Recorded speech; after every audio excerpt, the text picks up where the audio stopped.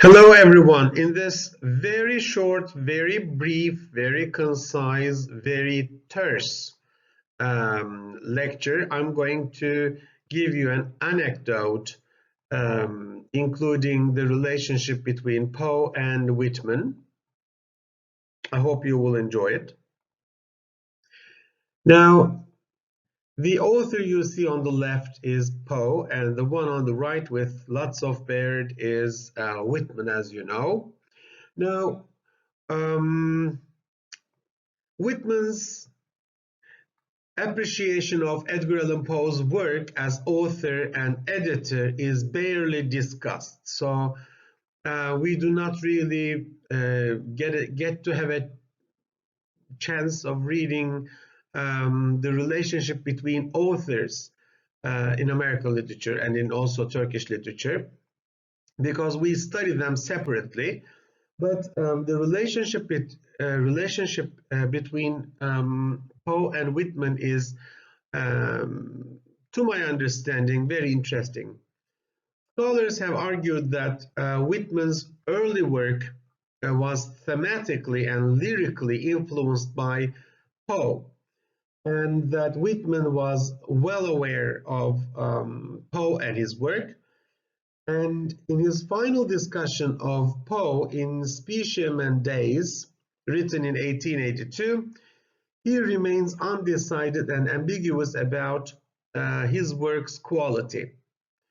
In an essay titled Heart Music and Art Music, Whitman reprinted this essay under the name of Art Singing and Heart Singing in the Broadway Journal.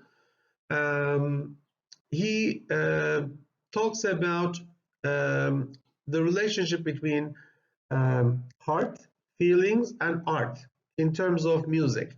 Now, this essay was edited by Poe, and Poe's editorial footnote acknowledged Whitman's lack of scientific knowledge of music, yet he also noted that he agreed with their correspondent throughout. That is to say, although as an editor, Poe recognized that the writer of that piece, which was on music, was written by Whitman, who was not an expert of music. Poe recognized that he had no fear in editing this work, which shows that he accepted the quality of that work. Shortly after the article was published, Poe and Whitman met for the first time and only time, during which Whitman collected the money for the article he wrote and published.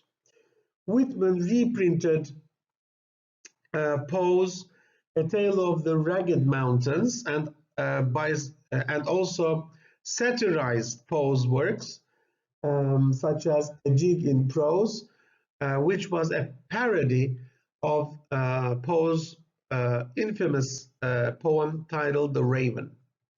Whitman also included notices on Poe's death, his wife's sickness, and her subsequent death.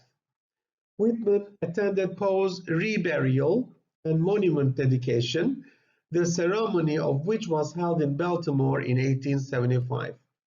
Finally, in a 16 November 1875 Washington Star article, Whitman recognized Poe's status in literary history. So this is just to